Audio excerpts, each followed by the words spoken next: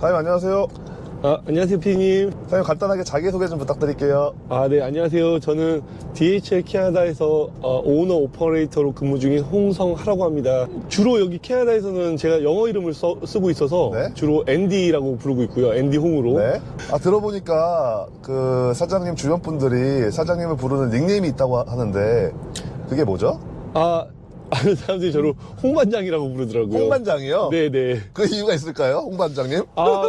그냥 제가 이렇게 남들하고 대화하는 것도 좋아하고 소통하는 것도 좋아해서 저하고 얘기할 때 주로 어떤 영감을 좀 받으시는 분들도 있다고 하시고 네네. 또 어떤 그 조언을 좀 얻으셨다고 하시는 분들도 계셔서 그래서 가끔 많은 분들이 저한테 꼭 무슨 반장 같다 그래서 홍반장이라고 많이 불러주시더라고요. 그러면 뭐 괜찮다면 제가 인터뷰하는 동안 사장님 홍반장이라고 불러도 될까요? 네네네.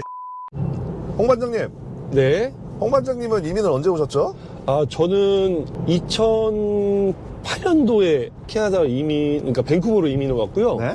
그래서 지금 온 지는 약 15년 정도 된 것 같아요. 그리고 15년. 2003년도에 제가 토론토에서 1년 어학연수를 했었기 때문에 아마 캐나다 총 살았던 기간은 한 16년째 되고 있는 것 같습니다. 그러면 이민 오셨을 때 나이가 어떻게 되셨죠? 제가 2008년도에 올 때가 한국 나이로 29살이었던 것 같아요. 29살이요? 네네. 이른 나이에 오셨네요. 네. 이민 오신 계기가 있을까요?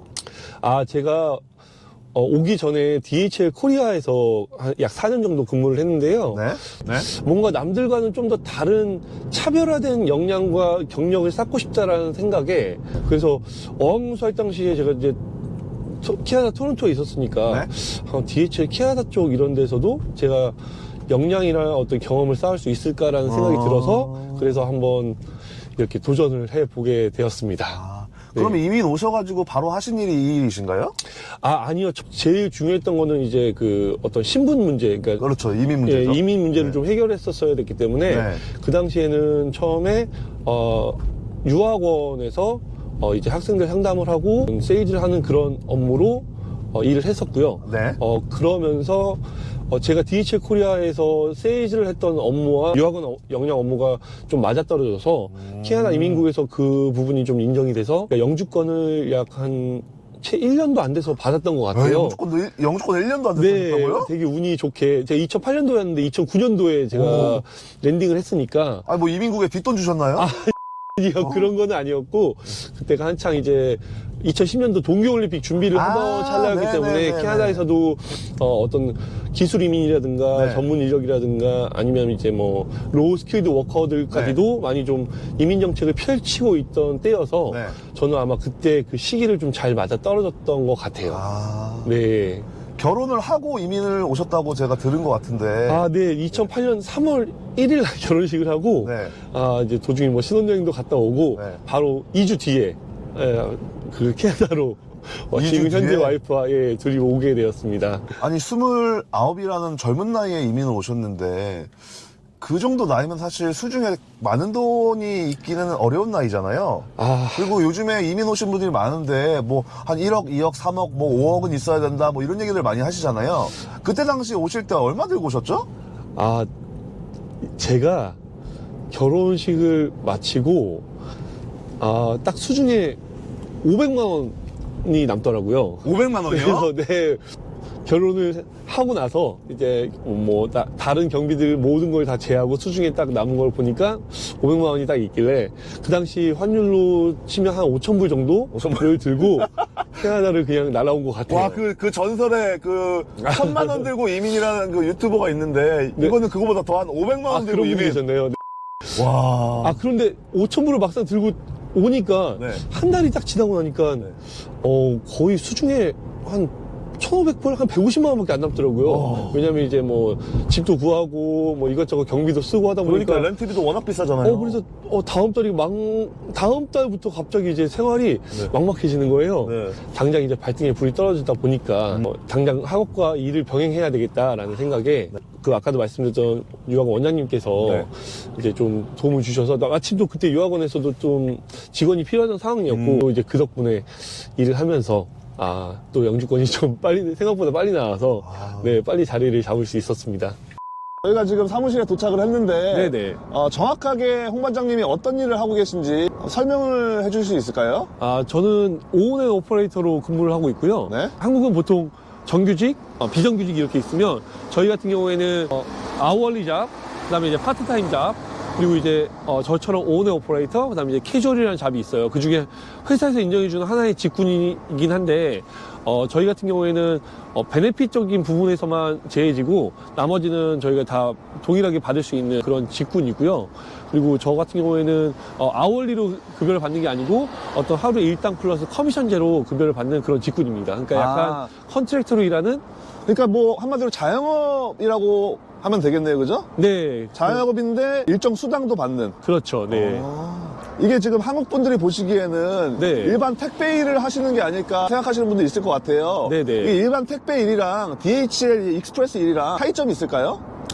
저희는 이제 한국에서 부르기로는 특송이라고 하는 업무 분야고요. 특송이요? 네, 아침에 비행기가 공항에 도착을 하면 네. 도착한 물량들을 바로 그날 솔팅을 하고 처리를 해서 그날 바로 고객들한테 저희가 신속하게 배달을 하고 또 배달을 하면서 어떤 해외로 발송돼야 되는 물량들을 저희가 또 픽업을 해서 그날 당일로 발송을 해야 되는 업무를 해야 되기 때문에 네. 약간 일반 택배와는 조금 속도적인 면과 해외 국제 발송으로 할 때 어떤 저희가 규정이라든가 네. 아니면 그쪽 각 국가마다의 수사항들도 저희가 알아야 되는 분야이기 때문에 아. 조금 더 전문성을 갖추고 있는 뭐 관세 문제라던가 그죠? 그렇죠. 네, 저 관세라든가 아니면 그쪽에서 통관할 때 어떤 문제점이 뭐라든가 금지 품목이 무엇인지 이런 것들도 저희가 좀 숙지하고서는 업무를 해야 되는 네. 약간 특수한 상황에 있는 직업이라고 생각을 합니다. 지금 여기서 일하신 지가 얼마나 되셨죠?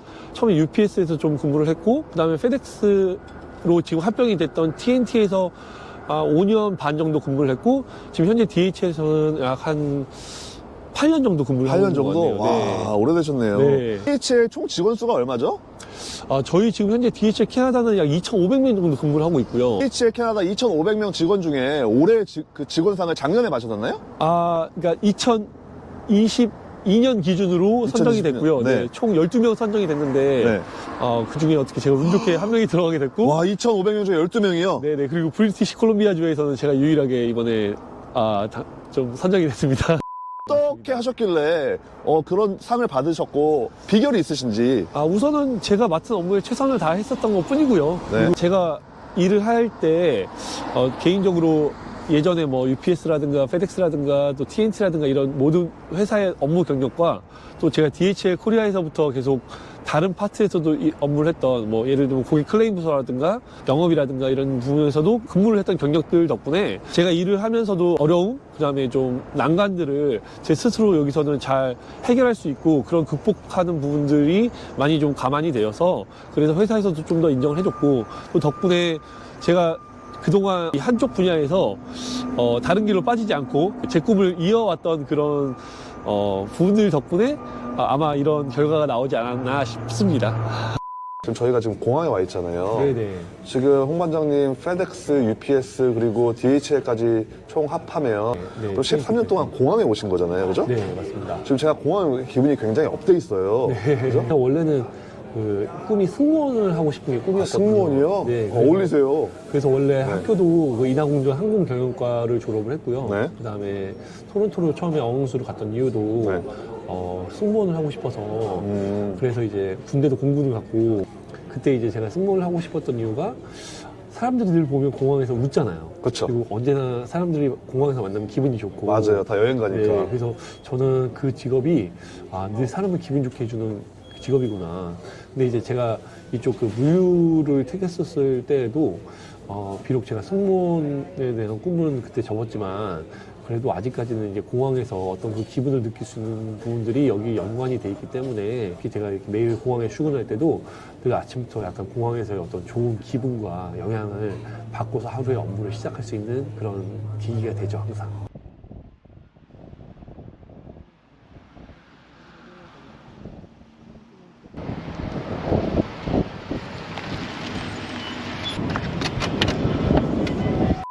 오늘 물량이 꽤 있으신 것 같은데 이 정도 평균적으로 운송을 하시나요? 네. 오늘이 거의 가장 기본적인 물량인 날인 것 같은데요. 그래요? 네. 이 정도 물량이면 하루에 몇 시간 정도 소요가 되나요? 지금 제가 갖고 나온 게 한 한 20개 정도 되고요. 네. 이 정도면 저 같은 경우에는 한 6시간에서 한 7시간 정도 걸려요. 6시간에서 7시간 정도. 네네. 제가 홍 반장님 그 7년 전에 네네. 밴쿠버 중앙일보에 나오셨더라고요. 네, 맞아요. 그때 네, 한번 그래서 인터뷰 했었어요. 제가 그래서 한번 그걸 읽어보니까 그때 당시 연봉이 10만 불 이상이라고 하셨던 것 같은데 네. 지금 7년이 지난 지금이잖아요? 네. 지금은 그거보다 연봉을 많이 받고 계시겠죠? 지금은 그때 대비, 한 30에서 50% 정도는. 30에서 50% 정도요? 더 올라간 것 같아요. 그리고 특히 저희 같은 경우에는, 코로나 팬데믹 때 네. 저희가, 에센셜 워커로 속해서, 네. 다른 직군들이 다들 좀 일을 못하거나 집에 있을 때 저희 같은 경우에는 오히려 그 비접촉 대면 배송 때문에 네. 일이 더 바빴던 경향이 맞아요, 있어서 맞아요. 오히려 그럴 경우에는 조금 더 저희가 수입이 더 좋았었던 때였죠.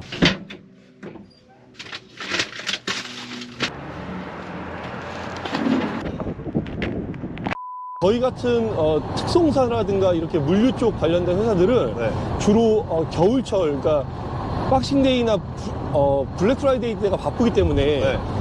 뭐 수시로 채용을 하긴 하지만 주로 늦여름에서 가을부터 많이 채용을 해요. 근데 보통 처음에 채용을 했었을 때는 캐주얼로 많이 채용을 하고 있고, 캐주얼이 뭔가요? 쉽게 말하면 온콜이라고 하죠. 온콜. 네. 그러니까 물량이 있었을 때는 이제 슈퍼바이저나 뭐 회사 측에서 오늘 좀 일을 나오라고 이렇게 급하게 연락이 오면은 네. 이제 호출을 받아서 오는 경우가 이제 온콜이라고 하는데, 네. 그런 캐주얼로 이제 보통 처음에 시작을 하게 되고, 그렇게 한 겨울 픽 시즌 정도가 지나고 나면 그 중에 유능한 직원들은 저희가 이제 좀 출연해서 파트타임으로 약간 옮겨갈 수 있는 기회가 주어져요. 저희가 그 시니어리티, 그러니까 즉 입사 순서대로 어떤 기회가 더 많이 주어지기 때문에 네. 한쪽 업계에 빨리 발을 들이고 나서 네. 그쪽에서 좀 오래 꾸준히 머물러 있어야지만 좀 더 좋은 기회가 주어지고 좀 더 좋은 루트를 또 잡게 되고 그런 경향이 있습니다. 처음에 이거 한 직종으로만 뭐 예를 들면 온 가족이 이렇게 먹고 살 수 있는 생계를 하기는 좀 힘들 수도 있어요. 처음에는요, 그죠?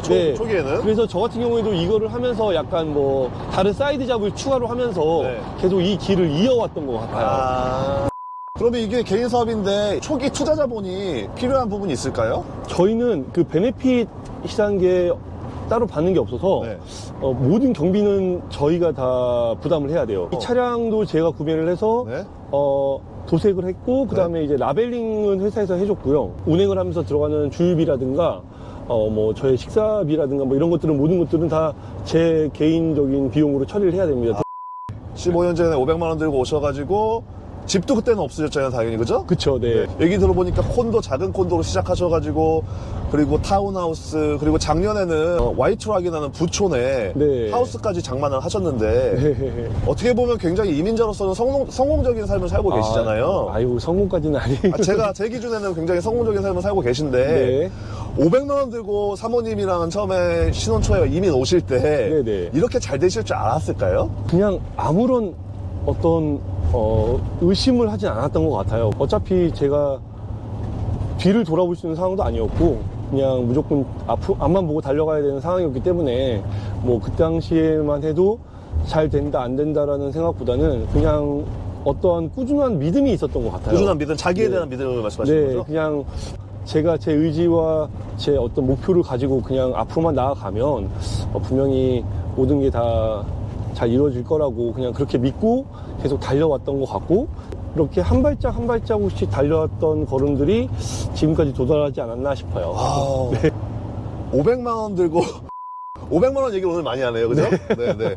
500만 원 들고 15년 전에 29살이죠. 네. 그때 사모님 나이가 어떻게 되셨죠? 저보다 많은 나이로 한 살이 어리니까 28. 28이었죠. 네, 젊은 나이에 신혼 네. 부부가 네. 500만 원을 가지고 이 낯선 땅 캐나다에 이민 오기가 쉽지가 않은데 네. 제가 개인적으로 생각을 했을 때는 지금 사장님의 성공의 뒤에는 이 사모님의 희생과 그리고 그때 500만 원 들고 이민 가자라고 했을 때 홍 반장님을 믿고 따라와준 사모님이 계시지 않을까 생각이 돼요. 맞습니다. 네. 그런 의미에서 조금 오글거리시겠지만 사모님에게 혹시 한마디 한다면?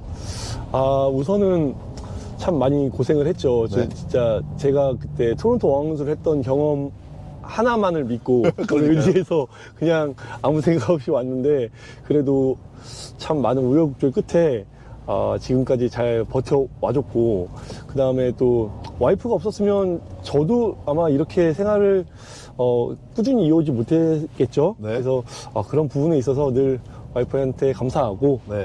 고맙고 네. 또 앞으로도 계속 이런 저를 잘 믿고 또 의지해주고 또 같이 지내줬으면 하는 바람입니다. 홍 반장님도 제 채널 보셔서 아시겠지만 네네. 제가 요즘에 꾸준히 밀고 있는 시그니처 질문이 있어요. 홍 반장님에게 성공이란? 제가 그거 여쭤보실 줄 알고 한번 분명히 생각을 해봤는데요. 네? 이게 성공이란 개념이 항상 바뀌는 것 같아요. 오. 그러니까 제가 캐나다를 처음 올 때만 해도 뭔가 뭐 회사에서는 높은 포지션으로 올라가고 뭐 승진을 하고 하는 게 성공이라고 생각을 했는데 네. 지금 현재 갖고 있는 어떤 성공이란 개념은 제가 그냥 꿈꾸는 삶을 큰 장애물 없이 그냥 큰 난관 없이 순탄하게 잘 이어가는 삶이 진정한 성공이 아닌가 싶어요. 어떤 개인적인 목표도 저는 제가 제일 처음 DHL 코리아에서 제 직장 생활을 시작을 했고 네. 커리어를 마감을 한다면 저는 DHL 캐나다에서 마감을 하고 싶은 꿈이 있는데 네. 그 스포츠 스타들도 네. 원 클럽맨이라는 뭐 타이틀이 굉장히 얻기 있죠. 어려운 그런 네, 네, 타이틀이잖아요. 네. 그렇죠, 그렇죠. 현재 어찌됐든 제가 처음 시작했던 DHL이라는 곳에서 계속 직장 생활을 이어가고 있고, 그 다음에 제가 이곳에서 나중에 은퇴까지 바라볼 수 있는 환경이 조성이 되어 있기 때문에 저는 그 생활을 꾸준히 이어가면서 제가 생각하는 꿈들과 어떤 그런 목표들을 하나씩 이뤄가는 게 그게 제가 생각하는 어떤 인생의 성공이 아닐까라고 생각을 해요. 네, 홍 반장님 그럼 오늘 아침부터 시간 내주셔서 감사하고 아이고, 별 말씀을요. 앞으로 더 행복하시고 네, 더 네. 좋은 일들만 네. 가득하시기를 항상 기원하고 기도하겠습니다. 오늘 아유, 정말 감사합니다. 촬영에 협조해 주셔서 감사합니다. 감사합니다. 아이고, 박 PD님 고생 많으셨습니다. 사장님 근데 뭐 다른 일도 하신다고 뭐 그랬던 것 같은데 그게 뭐죠? 아까 제 차에서 봤다시피 제가 퇴근하고 집에 갈 때나 올 때, 우버 라이드도 해요. 우버 라이드요?